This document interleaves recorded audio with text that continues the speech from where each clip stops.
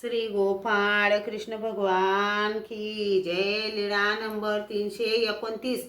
कन्नडला ब्राह्मणाच्या घरी द्राक्षाच्या घडाला स्पर्श.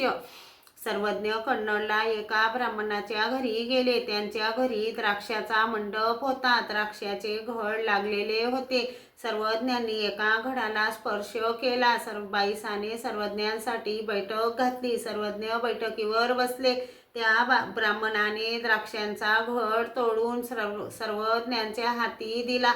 सर्वज्ञांनी तो बाईसांच्या हाती दिला. बाईसाने वाट्यात द्राक्षे घातली. यावर साखर टाकली आणि सर्वज्ञांना दिले. सर्वज्ञांनी थोडी द्राक्ष खाली व सर्व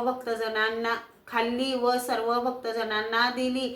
रात्री पुन्हा शेतपावली करीत असताना द्राक्षाच्या घडाला स्पर्श केला. मग सर्वज्ञ श्री चक्रधर स्वामी सर्वज्ञ श्री चक्रधर स्वामी यांचा पूजा वसर केला. जेवण झाले, झोपले. त्या दिवशी सर्वज्ञांचा तेथेच मुक्काम झाला.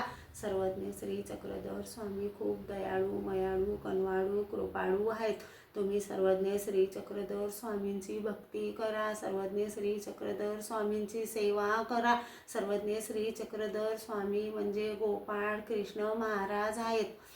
श्री गोपाळ कृष्ण भगवान की जय.